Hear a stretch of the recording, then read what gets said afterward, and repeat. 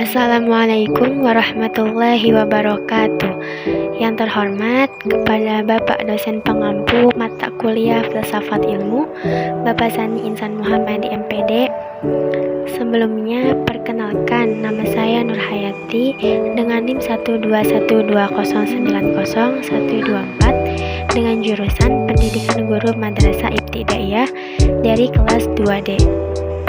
Di sini saya ingin mempresentasikan makalah saya tentang filsafat ilmu. Baik, topik yang akan dibahas yaitu 1. Latar belakang, kemudian ada definisi filsafat, objek filsafat, metode dari filsafat, ciri-ciri filsafat, dan yang terakhir kita akan membahas manfaat dari mempelajari filsafat. Oke, yang pertama ada latar belakang. Pengetahuan merupakan suatu hasil yang berkaitan dengan pemikiran ingin tahu manusia dalam bekerja sama antara mengetahui dan objek yang diketahuinya. Dalam memahami suatu pengetahuan, perlu yang namanya pendekatan terlebih dahulu, yaitu dengan berbagai jenis pengetahuan. Di antaranya pengetahuan melalui penalaran atau rasional. Yang kedua, pengetahuan melalui pengalaman yang aktual, biasa disebut empiris, dan pengetahuan secara perasaan individu atau intuitif. Perkembangan pengetahuan sangat berpengaruh dengan ilmu, di mana ilmu itu dibangun dengan metode ilmiah yang faktual. Kemudian terdapat aturan yang dibuktikan, diketahui, dan dipertimbangkan yang memprediksi peristiwa dalam bidang ilmunya. Selanjutnya, definisi filsafat. Filsafat berasal dari bahasa Yunani, yaitu philosophia, yang memiliki arti mencintai kebijaksanaan. Sedangkan dalam bahasa Inggris, filsafat itu diambil dari kata filosofi, dan bahasa Arabnya yaitu falsafah, dengan arti cinta kearifan untuk orang yang berusaha mencari kebijaksanaan atau pecinta pengetahuan, yang biasanya disebut filsuf atau filosof. Dan manusia itu sebagai sumber dari filsafat untuk memperoleh suatu kebenaran. Ada beberapa tahap dalam proses memperoleh kebenaran. Di antaranya, tahap pertama, manusia menduga-duga semua tentang hal dengan pemikirannya. Tahap kedua, dari berbagai pendugaan tersebut, kemudian manusia memilahnya menjadi beberapa hasil dari pemikiran yang dapat dipercayakan. Tahap ketiga, hasil pemikiran itu menjadi pusat dalam mencari kebenaran, kemudian dikembangkan untuk dijadikan sebuah ilmu pengetahuan.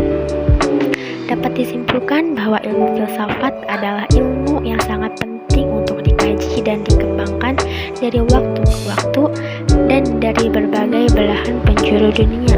Tetapi filsafat tersebut bukan hanya sebagai kajian yang sebatas ilmu saja.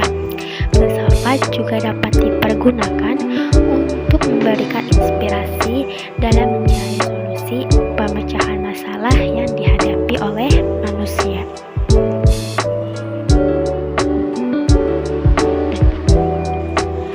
Baik, selanjutnya ada objek filsafat. Objek filsafat akan menentukan isi dari filsafat. Objek merupakan bahan yang dijadikan untuk membuat kajian dari suatu penelitian mengenai pengetahuan. Setiap ilmu pengetahuan pasti memiliki objek, baik itu objek formal ataupun objek material. Objek material ini merupakan kajian dari penelitian yang akan membentuk suatu pengetahuan yang ada dan mungkin ada. Objek material ini di dalamnya mencakup hal-hal yang konkret atau nyata dan hal-hal yang harus gerak atau tidak nyata. Sedangkan objek formal itu sifatnya penelitian atau penyelidikan secara mendalam. Mendalam di sini ingin mengetahui mengenai objek yang tidak empiris. Jadi, objek formal filsafat ini membahas mengenai objek materialnya sampai ke esensi atau hakikat yang mendalam. Kemudian ada metode filsafat. Di dalam ilmu filsafat, metodenya itu sebenarnya sangat banyak, seperti banyaknya para filsuf atau tokoh-tokoh filsafat. Misalnya, metode yang dilakukan oleh Socrates dan Plato dinamai metode kritis. Metode kritis merupakan suatu tindakan yang bersifat analitis yang dilakukan dengan melalui percakapan atau dialog. Dengan percakapan atau dialog, kemudian Socrates menemukan cara berpikir induksi, yaitu sesuai dengan pengetahuan masalah-masalah yang diperoleh dalam bersifat umum. Socrates hanya menganalisis berbagai pendapat yang dikemukakan oleh orang lain, jadi beliau tidak perlu menyelidiki fakta-fakta. Menurut para ahli metode yang digunakan untuk mempelajari filsafat itu dikelompokkan menjadi 3 metode, yaitu metode sistematis, kritis, dan metode historis. Dengan menggunakan metode sistematis, para pelajar akan menghadapi karya-karya filsafat, misalnya mempelajari tentang teori-teori. Mempelajari filsafat mengalami metode ini akan diprioritaskan kepada isi dari filsafat tersebut, bukan pada tokoh atau zaman. Komponen untuk metode historis biasanya para pelajar menggunakannya untuk mengkaji filsafat dengan cara mengikuti sejarahnya, yaitu dengan cara membicarakan tokoh-tokoh sejarah. Contohnya, membicarakan tokoh-tokoh filsafat atau filosof. Thales, yaitu berarti kita membicarakan tentang riwayat hidupnya, pokok ajarannya, yang diantaranya teori pengetahuan, teori hakikat, dan teori nilai. Cara lainnya yaitu untuk mempelajari filsafat dalam metode historis ini dengan cara membagi periode filsafat sejarah, misalnya generasi filsafat dari dulu sampai sekarang, filsafat kuno, pertengahan, dan filsafat abad modern sekarang.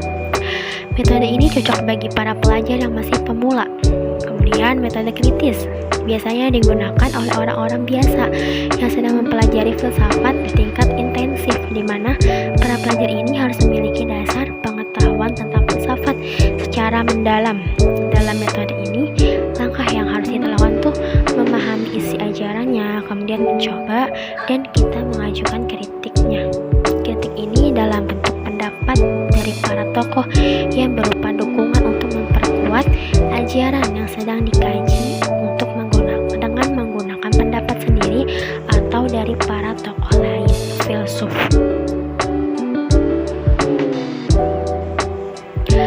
Ciri-ciri filsafat. Dapat diketahui bahwa di dalam filsafat terdapat ciri dan terdapat yang terkandung, diantaranya sebagai berikut. 1. Filsafat sebagai ilmu, yaitu filsafat berusaha untuk mencari energi dari suatu hal inti. Hal inti di sini berarti sangat mendalam dan hanya dapat dimengerti oleh akal. Untuk mencari pengetahuan inti yang dilakukan dengan perbuatan akal itu yaitu menghilangkan keadaan sifat-sifat kebetulan yang akhirnya akan muncul sifat mutlak. Yang kedua, filsafat sebagai cara berpikir, yaitu cara mendalam radikal. Ketika kita berpikir suatu hal dengan tujuan akan sampai pada inti dari semua itu, pemikiran yang dilakukan yaitu dengan melihat dari berbagai sudut pandang pemikiran atau ilmu pengetahuan. Yang ketiga, filsafat sebagai pandangan hidup, yaitu bersumber pada hakikat kodrat manusia yang mana berperan sebagai makhluk individu, sosial, dan makhluk Tuhan, merupakan sebagai pandangan hidup ini. Nah, ini dapat dijadikan sebagai dasar setiap tindakan dan tingkah laku kita dalam kehidupan sehari-hari, serta digunakan untuk menyelesaikan persoalan-persoalan yang dihadapi dalam hidupnya. Yang selanjutnya, yang terakhir yaitu manfaat mempelajari filsafat. Dengan mempelajari filsafat, ada 3 hal yang dapat kita ambil pelajarannya. Yang pertama, filsafat telah mengajarkan kita untuk lebih mengenal diri kita sendiri secara totalitas, sehingga dengan pemahaman tersebut, manusia dapat mencapai hakikatnya dan paham bagaimana sikap manusia seharusnya. Filsafat mengajarkan agar kita lebih serius dengan berpikir secara mendalam dan mengkaji sesuatu sampai ke akar-akarnya.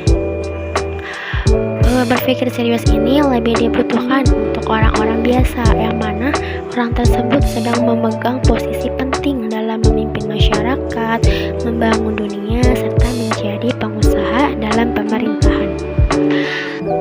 Kemudian yang kedua, filsafat mengajarkan mengenai hakikat dari alam semesta. Pada dasarnya berpikir filsafat itu merupakan usaha dalam menyusun suatu sistem pengetahuan yang rasional dan memahami manusia itu sendiri. Setiap manusia diperlukan mengetahui ajaran-ajaran filsafat jika menginginkan berpartisipasi di dunia, karena membangun dunia itu terdiri dari dua kata, kekuatan dan agama. Belajar filsafat itu diharapkan akan dapat menambah ilmu pengetahuan, karena dengan bertambahnya ilmu pengetahuan akan bertambah pula cakrawala pemikiran kita. Selain itu juga kita akan dihadapkan pada pemikiran para tokoh filsuf yang mana mengkaji tentang segala hal. Manfaat mengkaji filsafat yaitu untuk menggali kembali kekayaan kebudayaan, tradisi, dan filsafat Indonesia. Filsafatlah yang sanggup untuk mendekati warisan rohani kita. Mungkin hanya ini yang dapat saya sampaikan, kurang lebihnya mohon maaf. Terima kasih, semoga bermanfaat. Kekurangan datangnya dari saya, kesempurnaan hanyalah milik Allah Subhanahu wa Ta'ala. Wassalamualaikum warahmatullahi wabarakatuh.